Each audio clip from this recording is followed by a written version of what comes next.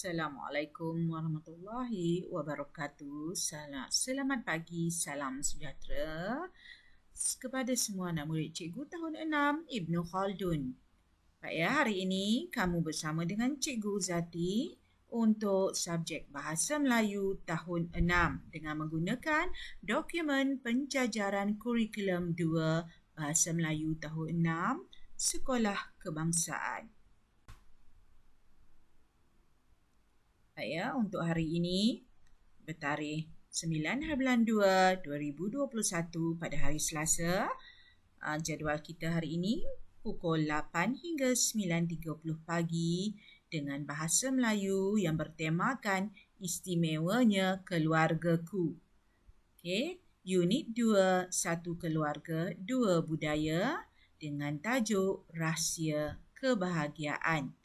Bagi standard pembelajaran kita pada hari ini 2.3.1.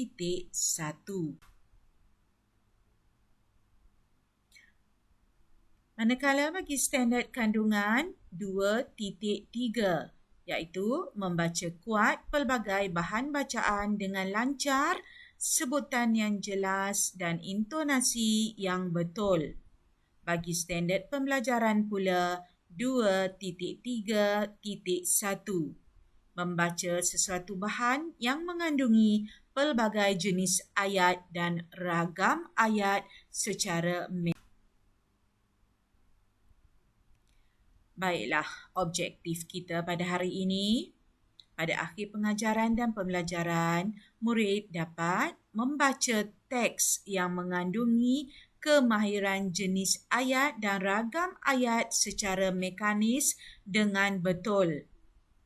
Justru kriteria kejayaan kita pada hari ini, murid dapat membaca teks berdasarkan perenggan yang mengandungi pelbagai jenis ayat dan ragam ayat dengan mekanis secara. Jadi, jom murid-murid kita bersama Cikgu Zati, jom kita belajar kemahiran membaca. Buka buku teks kamu pada muka surat. Baiklah, untuk hari ini, teks yang perlu kita baca ialah rahsia kebahagiaan. Okey, sila rujuk buku teks kamu masing-masing kerana aktiviti kita hari ini ialah membaca teks yang mengandungi pelbagai jenis ayat dan ragam ayat. Okey ya, jadi di situ jika kamu teliti, okey, pada grafik ataupun gambar di atas ada dialog di antara keluarga Amar dan Rubin. Okey, ada di situ dan di bawahnya ialah petikan. Okey, petikan teks. Jadi kita akan baca sama-sama. Okey, kita akan baca sama-sama. Jadi kamu cuba teliti bacaan cikgu dan kita mulakan sekarang. Okey, kita perlu fahamilah ya. Kamu dengar dan fahami. Okey, ini ialah paparan dalam buku teks kamu. Jangan peliklah. Jadi yang tak ada buku teks boleh rujuk di sini ya. Jadi aktiviti pertama yang kita perlu buat hari ini ialah membaca dan seterusnya memahami teks pelbagai jenis ayat dan juga ragam ayat. Okey, baiklah, memandangkan kita masih lagi menjalani PDPR, maka cikgu akan membimbing bacaan ini. Ya, kemahiran hari ini ialah kemahiran membaca. Jadi cikgu akan bimbing bacaan kamu. Jadi tugas kamu, sila semak bacaan cikgu dan fahamkan fahamkan teks ya, fahamkan teks ini sebelum cikgu menerangkan dengan lebih lanjut. Baik ya. Di situ terdapat dua grafik dialog. Okey, dua grafik dialog. Mari kita baca sama-sama apakah rahsia kebahagiaan keluarga Rubin.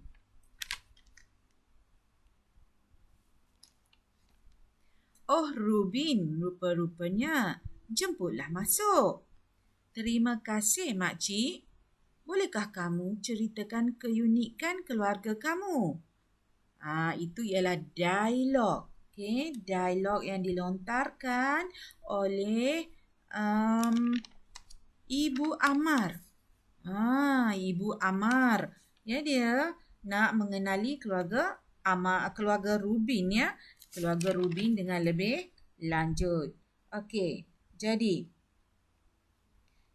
kita tengok apakah petikan tersebut. Baik, mari sama-sama kita membaca mengenai petikan teks rahsia kebahagiaan keluarga Rubin. Okey, kita mulakan dengan pembacaan yang betul. Okey, sama-sama kamu dengar dan kamu ikut nanti ya apa yang cikgu baca. Jadi tugas kamu dengar dan kemudian cuba memahami apa yang cikgu bacakan. Okey. Baik. Kita baca rahsia kebahagiaan.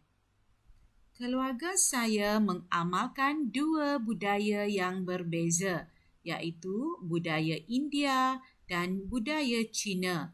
Walau bagaimanapun, hal ini tidak mendatangkan masalah kepada kami. Keluarga kami hidup bahagia. Kami dilimpahi kasih sayang. Apakah rahsianya? Rahsia kebahagiaan hidup kami ialah sikap toleransi dan saling memahami. Jika kami dilanda masalah, kami hadapinya bersama-sama. Bak kata pepatah, bukit sama didaki, lurah sama dituruni. Keluarga kami sungguh harmoni. Walaupun ibu dan ayah saya berlainan bangsa, mereka saling mengasihi. Sudah hampir 15 tahun usia perkahwinan mereka. Perbezaan budaya dan agama tidak merenggangkan kasih sayang mereka. Ikatan kasih sayang antara mereka juga bertambah erat dari hari ke hari. Saya berasa amat bertuah.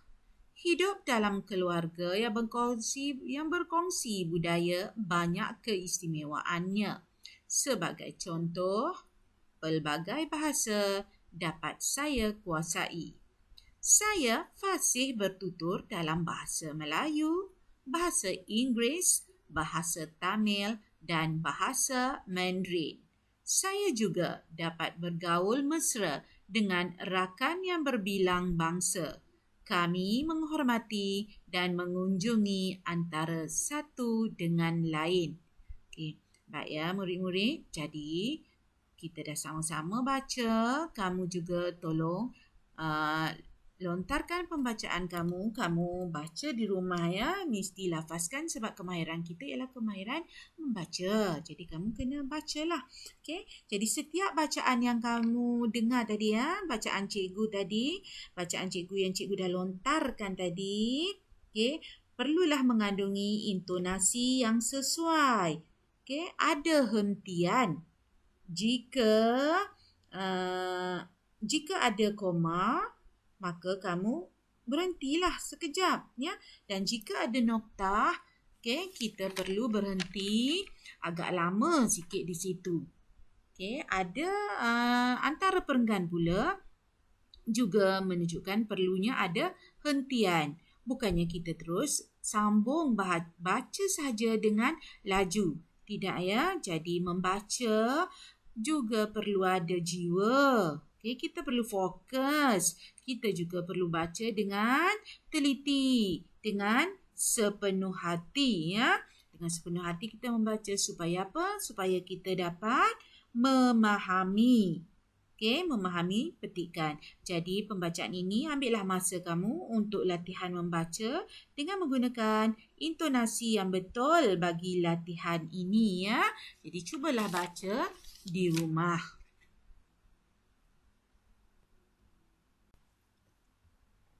Baik, sebelum kita pergi dengan lebih lanjut, memandangkan kemahiran ini ialah kemahiran membaca dan kamu perlu mengenal pasti pelbagai jenis ayat dan juga ragam ayat. Jadi kita fahamkan sedikit mengenai jenis ayat dan juga ragam ayat. Baik untuk pengetahuan kamu, kemungkinan kamu masih ingat ya, jenis ayat dan ragam ayat telah pun kita belajar ya, dan juga cikgu dah terangkan masa PDPR pertama kita pada hari pertama persekolahan tempoh hari ya. Cikgu dah jelaskan dengan lebih lanjut mengenai jenis ayat dan juga ragam ayat.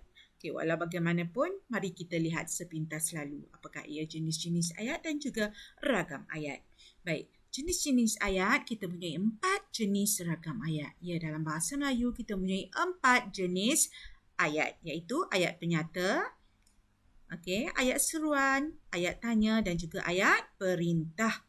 Okey, ayat penyata ialah ayat menyatakan sesuatu, ayat seruan ialah ayat menyatakan perasaan. Okey, perasaan kita macam mana? Kemudian ayat tanya yang merujuk kepada pertanyaan dan seterusnya ayat perintah. Baru semalam kita belajar mengenai ayat perintah yang ada 4 jenis tadi kan. Okey, seterusnya kita lihat pula ragam ayat. Okey, ragam ayat. Apakah ia ragam ayat? Okey, ragam ayat merujuk kepada laku, jenis ataupun tingkah. Okey, apa dia ayat? Ayat ialah satu perkataan atau serangkai perkataan yang merupakan kesatuan yang membawa maksud tertentu. Jadi ragam ayat di sini merujuk kepada ayat aktif dan juga ayat pasif. Okey, ayat aktif, tempoh hari cikgu dah terangkan ya, nak mengenal ayat aktif senang saja. Yang ini menggunakan imbuhan me, yang di sini menggunakan imbuhan di. Okey, ayat aktif, ayat yang mengutamakan pelaku ataupun subjek. Okey, subjek. Subjeknya berada di hadapan. Okey, contoh ayat, Ali membaca buku. Ali merupakan pelaku ataupun subjek yang membaca merupakan kata kerja transitif. Okey, buku merupakan objek. Okey, kata kerja transitif menggunakan imbuhan me di sini. Okey, ayat pasif. Ayat ini dia mengutamakan objek, kata kerja transitif daripada pelaku. Maksudnya, objek buku tadi berada di hadapan dan pelaku ataupun subjek berada di belakang. Dan manakala kata kerja di sini dah ditukar menjadi imbuhan di dan perlu penambahan oleh. Okey, itu ialah jenis dan juga ragam ayat.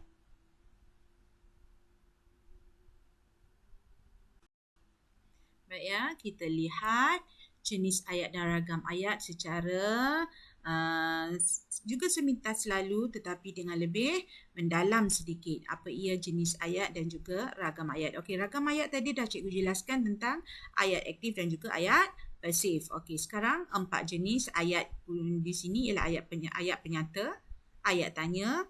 Okey, kita ada 4 ya, ayat penyata, kita ada ayat tanya, kita ada ayat seruan dan juga ayat perintah. Ayat perintah ni baru je semalam kita belajar, iaitu ayat perintah ada 4 kan.